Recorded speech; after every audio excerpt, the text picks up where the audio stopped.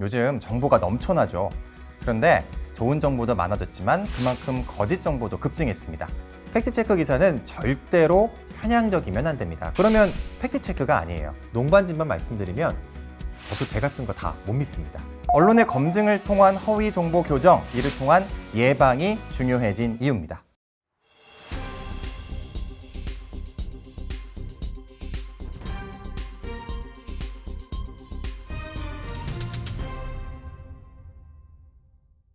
네, 안녕하세요. 만나서 반갑습니다. SBS 이경원 기자라고 합니다. 지금은 SBS 뉴스에서 팩트체크 코너 사실은을 담당하고 있는 팩트체커입니다. 팩트체크란 말 많이 들어보셨죠? 팩트체크가 뭘까요? 대충 감으로 다 아실 거라고 믿습니다. 사실을 확인하는 겁니다. 그런데 사실을 확인하는 건 너무나 당연한 것 같은데 왜 이렇게 요즘 들어서 팩트체크 하는 걸까요?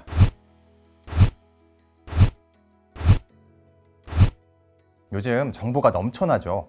스마트폰을 보면서 하루 종일 정보들을 접합니다. 저도 사실 스마트폰 없으면 어떻게 사나 싶어요.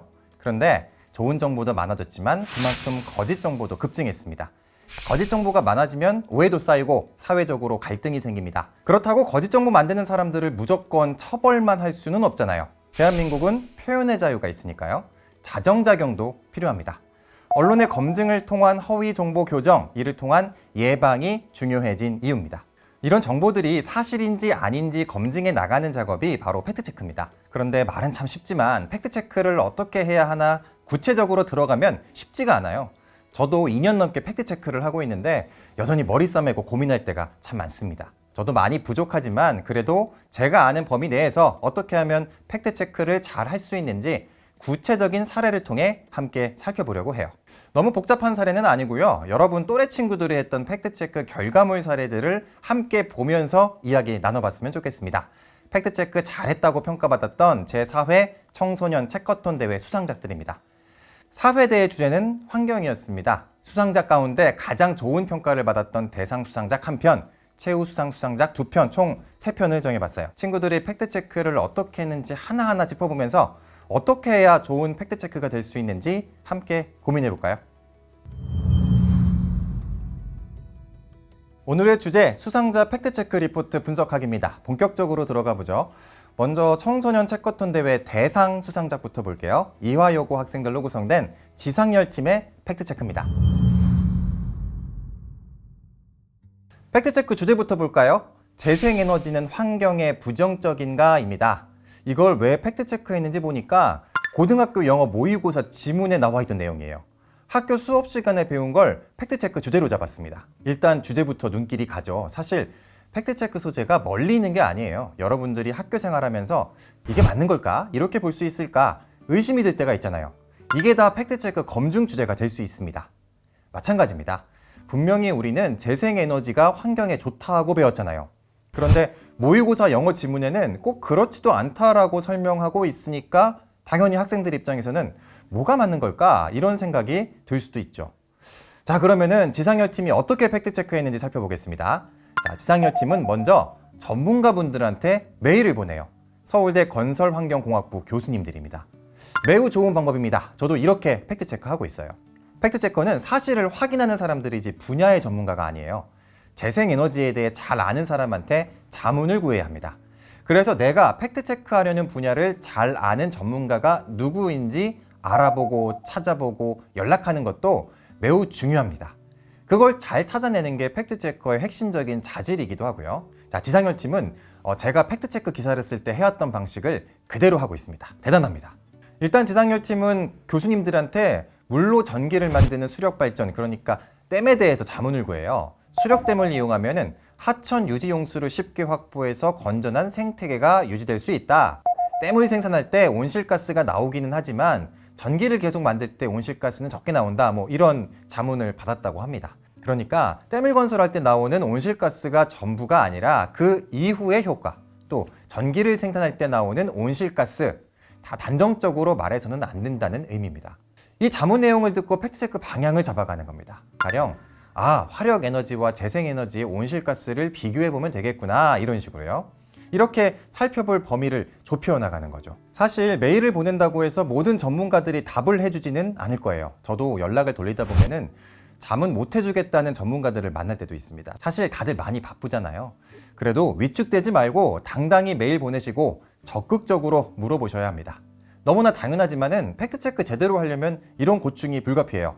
적극적인 자세 매우 중요합니다.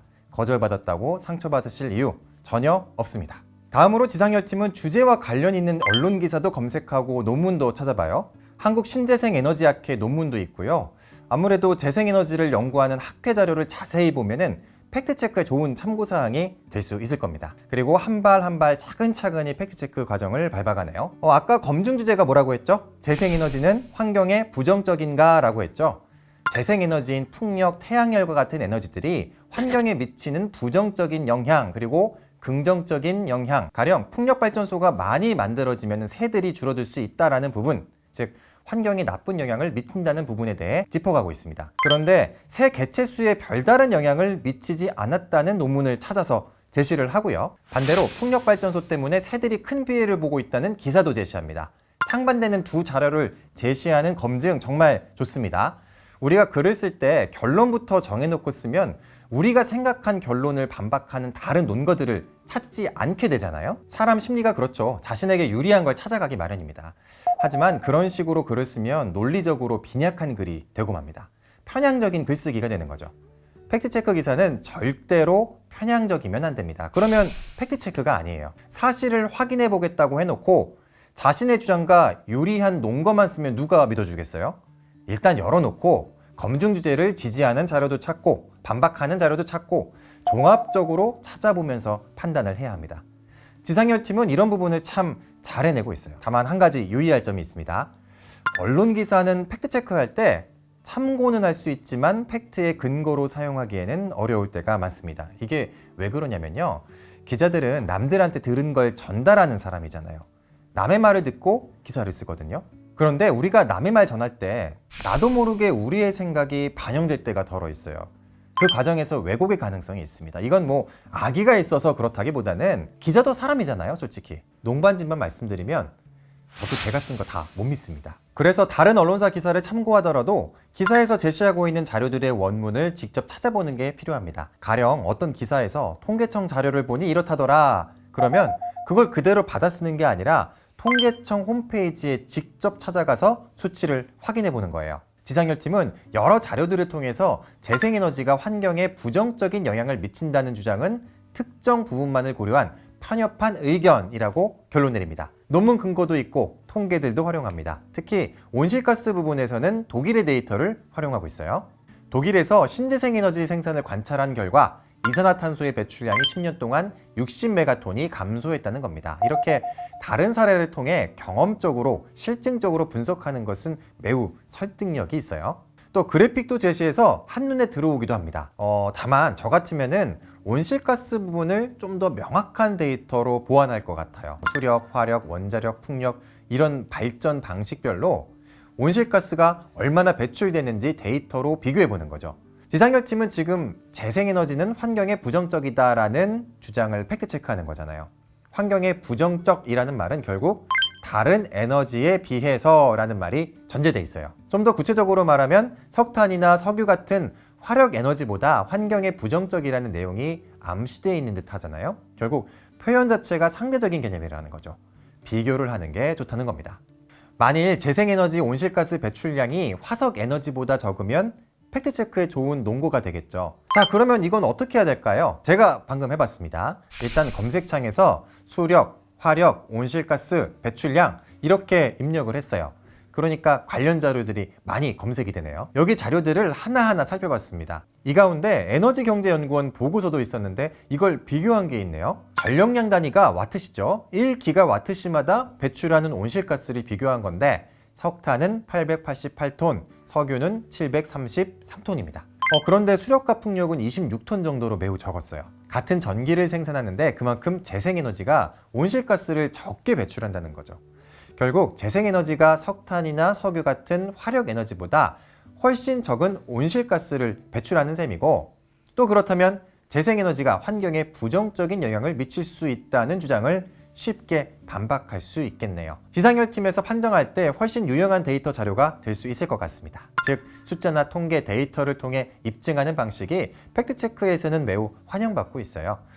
팩트체크 저널리즘은 명확한 저널리즘이에요. 개인의 생각이나 철학, 가치 이런 것은 사실 여부를 따지기가 어렵잖아요. 숫자나 통계 같은 이른바 정량지표라고 하죠. 이런 정량지표들은 사실을 판단할 때 부담이 적습니다. 숫자나 통계가 우리가 살아가는 세계 전부를 규정할 수는 없지만 좋은 참고사항이 되는 것도 사실이니까요. 하나 더 강조할 게 있는데 팩트체크할 때 활용한 원문 자료의 출처는 명확히 적어야 한다는 겁니다. 지상렬팀은 근거에서 좋은 데이터를 활용해 주셨는데 출처가 불분명한 자료들도 가끔 눈에 띄었습니다. 우리가 사실을 검증하려면 사실의 근거가 분명해야 하잖아요. 누구나 사실의 근거에 접근할 수 있도록 해야 한다는 겁니다. 원문 출처를 적어주면 글을 읽는 사람들도 다시 그 자료를 직접 확인할 수가 있거든요. 저도 팩트체크 기사를 쓸 때 독자들이 원자료를 직접 확인할 수 있게 URL을 적을 때가 많아요. 팩트체커가 잘못 분석할 수도 있으니까 독자들도 다시 확인해 보라는 취지입니다.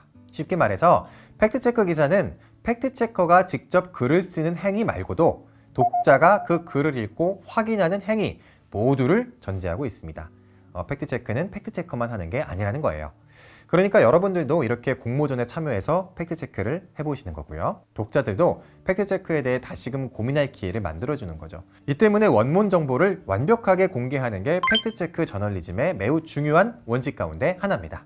내가 어떤 자료를 인용했다 분명히 밝히시고 독자들이 그 자료에 접근한 방법까지 알려줘야 팩트체크 기사가 완결되는 거라고 생각해요. 팩트체커 입장에서도 내가 쓰는 원자료를 독자들이 다 볼 수 있다고 생각하면 기사를 함부로 쓰지 못해요.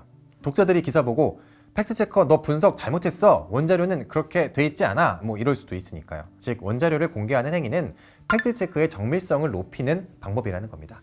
이 점은 꼭 유념하셨으면 좋겠습니다. 자, 어떠셨나요?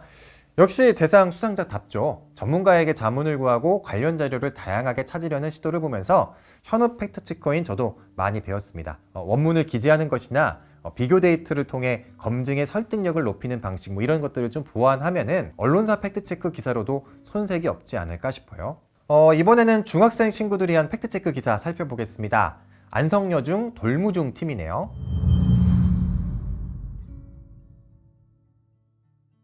최우수상 수상작입니다. 중학생 친구들이 한 건데 어떻게 이렇게 접근했을까 매우 놀라웠습니다.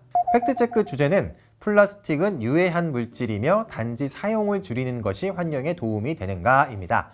일단 주제가 매력적으로 다가왔어요. 저는 주로 정치인이나 유명인사들 발언을 중심으로 팩트체크를 하고 있거든요. 그런데 우리가 너무 당연하다고 생각하는 상식도 충분히 팩트체크 소재가 될 수 있다고 생각해요. 사실 플라스틱이 매우 유해하다, 환경에 안 좋다, 대부분 이렇게 생각하면서 살잖아요. 그런데 주제만 보면 이건 편견일 수 있어, 우리가 한번 당당히 깨보겠어, 이런 준비를 하는 것 같습니다. 이번 팩트체크의 결론이 어찌됐든 우리가 당연하다고 여겼던 믿음에 도전하는 것도 팩트체크의 역할 가운데 매우 중요한 부분이라고 생각해요. 자, 그러면 검증 방식을 봐야겠죠. 돌무중 팀이 어떻게 했는지 구체적으로 살펴보겠습니다. 쭉 보니까 전문가 인터뷰 방식을 많이 활용했어요. 그리고 분야별로 다양했습니다. 일단 안성시 환경 강사, 안성시 생활 폐기물 담당하는 안성시설관리공단 관계자, 안성시 지속발전협의회, 기업 관계자까지 인터뷰를 했습니다. 시민단체, 공무원, 기업인까지 인터뷰가 다양해요. 중학교 팀인데 이렇게 다양한 인터뷰를 생각했다는 것 자체가 대단한 일입니다. 단순히 많이 해서 대단하다는 게 아니에요. 사실 팩트체크를 할 때 인터뷰를 다양화시키는 것이 매우 중요합니다. 모든 사람들이 똑같은 생각을 하고 살지는 않잖아요. 전문가도 마찬가지예요. 전문가들도 현안마다 생각이 다를 때가 많습니다. 그런데 한 사람만 인터뷰를 한다? 그건 의견 하나만 듣는 셈이잖아요.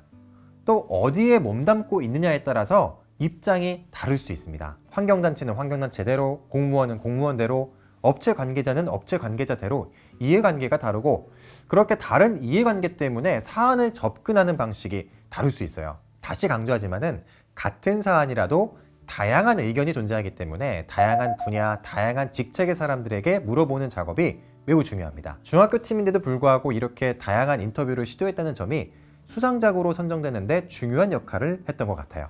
다만 아쉬운 부분이 있었습니다. 인터뷰 말고 구체적인 데이터나 통계, 수치화된 자료가 다소 부족하지 않았나 생각이 들었어요. 아까도 말씀드린 부분이죠. 우리가 사실을 판단할 때 인터뷰를 많이 하는 건 좋은데 누군가의 의견, 견해, 가치관 이건 기준이 되기 어렵거든요. 적어도 숫자로 명징하게 나타나는 부분이 있어야 판단이 쉽습니다. 지금 플라스틱이 얼마나 많이 이용되고 있는지, 전망은 어떤지, 데이터 자료는 많이 있거든요. 이건 팩트체크에서 매우 중요한 부분이니까 다시 강조하겠습니다. 그래서 어떻게 하면 될지, 저라면 어떻게 했을지 직접 한번 해봤어요. 검색창에서 플라스틱 통계라고만 쳐도 관련 자료들을 쉽게 얻을 수 있어요. 아까 지상렬팀에서 설명드렸던 부분이랑 비슷합니다. 검색 결과 쭉 보면은 통계청에서 운영하는 코시스 놀이터라는 곳에 환경 통계가 있네요. 여기 들어가 보니까 종이, 캔, 플라스틱, 병 이런 재활용품 배출 통계가 있습니다. 플라스틱이 2017년 1만 7천 톤에서 35만 톤, 무려 20배 가까이 늘었어요. 코로나 시대 택배도 늘고 포장 주문이 많아지면서 그런 것 같은데 팩트체크 기사 초반에 플라스틱 이용 실태를 알려주는 자료로 활용할 수 있을 것 같습니다. 자, 이제 판정 부분 볼까요? 돌무중팀은 플라스틱이 환경에 좋을 리는 없지만 플라스틱 없이는 생활이 불가능하다라고 결론을 내리는데 한 가지 아쉬운 점은 전문가들의 주장에서 이런 결론에 도달하기까지는 논리를 많이 점프한 것 같다는 생각도 들었습니다.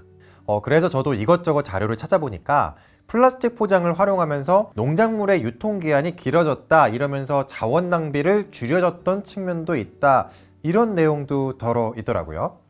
플라스틱이 환경에 좋지는 않지만 어느 정도 가져올 수 있는 순기능 그런 맥락에서요. 이건 사례일 뿐이긴 한데 사례 부분을 좀 더 정밀하게 취재해서 근거를 냈다면 원하는 결론에 이르기까지 독자들에게 좀 더 설득력 있게 다가오지 않았을까, 더 좋은 팩트체크 기사가 되지 않았을까 이런 생각도 해봤습니다. 팩트체크도 결국은 글쓰기잖아요. 글을 쓸 때는 주장이 있고 그 주장에 대한 근거가 잘 뒷받침돼야 합니다. 제가 생각하기로는요, 돌무중팀이 원하는 결론에 도달하려면 플라스틱 이용으로 생기는 환경에 부정적인 영향이 있는데 이를 상쇄할 수 있는 그런 근거들이 필요해 보여요. 저도 돌무중팀의 주장을 뒷받침할 수 있는 여러 자료들을 찾아보긴 했는데 그런 자료를 찾기가 쉽지는 않더라고요. 전문가들도 어려울 겁니다. 플라스틱의 유해성과 관련된 자료는 참 많았는데 반대 자료는 별로 없더라고요. 쉽지 않은 주제였음에도 팩트체크를 해냈다는 것만으로도 대단한 시도라고 생각합니다. 자, 이번에는 대학생팀의 팩트체크 살펴보겠습니다. 최우수상 수상작 국민대 미쓰리 광일팀입니다.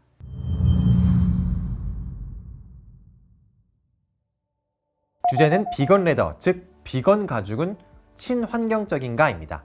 일단 소재가 흥미롭습니다.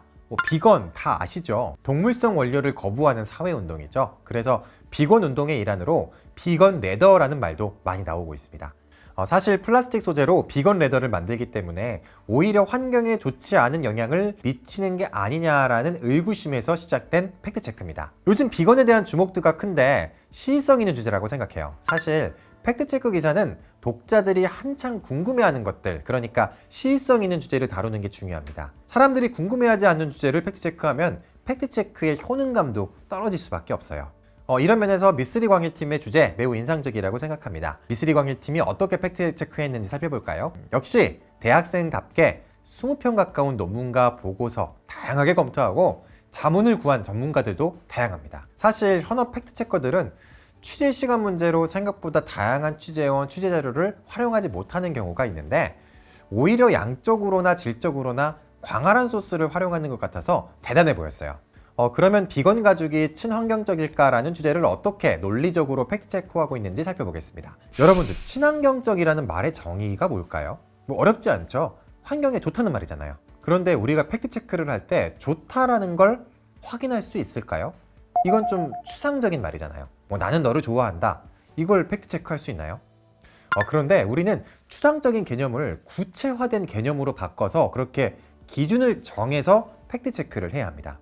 그러니까 여기서 친환경적이라는 말을 과학적으로, 통계적으로 뒷받침하는 기준을 설정해야 되겠죠. 미쓰리 광일팀은 그 기준을 잘 정하셨다고 생각해요. 구체적으로 보시면은 합성 섬유 의류로 인한 온실가스 배출 현황 검토, 미세 플라스틱 배출 현황 검토, 이걸 기준으로 삼았어요. 그러니까 가죽으로 만들 때와 합성 섬유로 만들 때 뭐가 더 온실가스를 많이 배출하고 미세 플라스틱을 만들어내는지 그걸 수치로 비교하면 뭐가 더 환경에 좋고 나쁜지 대략 알 수 있죠. 그러면 적게 배출하는 방식이 친환경적이라는 말에 더 가까울 테고요. 이런 식으로 팩트체크가 가능하다는 얘기입니다. 그 대학원생들이 논문 쓸 때와 비슷해요. 논문 쓸 때 조작적 정의라는 말이 있습니다. 말이 좀 어렵긴 하죠. 추상화된 개념을 조작 가능한 개념으로 바꿔서 입증하고 검증하는 겁니다. 미쓰리 광일팀은 그 조작적 정의로 온실가스와 미세 플라스틱 배출을 기준 삼고 있는 거고요. 이 수치를 바탕으로 비건 레더의 친환경성에 대한 판단을 내리는 거죠. 결국 여러분들이 팩트체크를 할 때 가장 중요한 건 검증 범위를 명확히 해야 한다는 점입니다. 친환경성과 관련된 수많은 통계들이 있을 텐데 이걸 다 할 수는 없잖아요. 이 가운데 사회적으로 가장 설득력 있게 통용되는 기준이 있을 테고요. 그 기준을 활용하면서 측정을 해보고 또 그렇게 나온 수치들을 통해서 검증을 하는 거죠. 자, 이제 미쓰리 광일팀의 결론입니다. 미쓰리 광일팀은 여러 논문과 자료를 통해서 합성 섬유가 많은 미세 플라스틱과 온실가스를 방출한다는 것을 인용하면서 이른바 합성 섬유를 활용하는 비건 레더가 친환경적이라는 주장이 적절하지 않다라고 쓰고 있습니다. 앞서 말씀드린 대로 명확화된 수치와 데이터를 통해서 이를 입증하는 건 매우 적절한 팩트체크 방식이죠. 다만 한 가지 아쉬움이 있다면은 가죽으로 제조할 때와 플라스틱 소재로 제조할 때의 환경 효과를 좀 더 명확하게 비교했다면 더 설득력이 있었을 것 같아요. 여러 논문 자료의 근거를 통해 우리가 직접 분석해 보니까 1kg 비건 레더 제품을 만들 때 1kg 가죽 제품을 만들 때보다 얼마만큼의 미세 플라스틱과 온실가스를 방출한다고 볼 수 있었다. 뭐 이런 식으로 설명을 하는 거죠. 동일한 조건에서 배출하는 양을 비교하는 겁니다. 여러 자료를 과학적 근거에 맞게 재가공하면 독자들이 더 쉽게 이해할 수 있을 거예요. 팩트체크 뉴스는 다른 뉴스에 비해 훨씬 명확하고 뚜렷한 사실 여부 판정을 지향하고 있어요.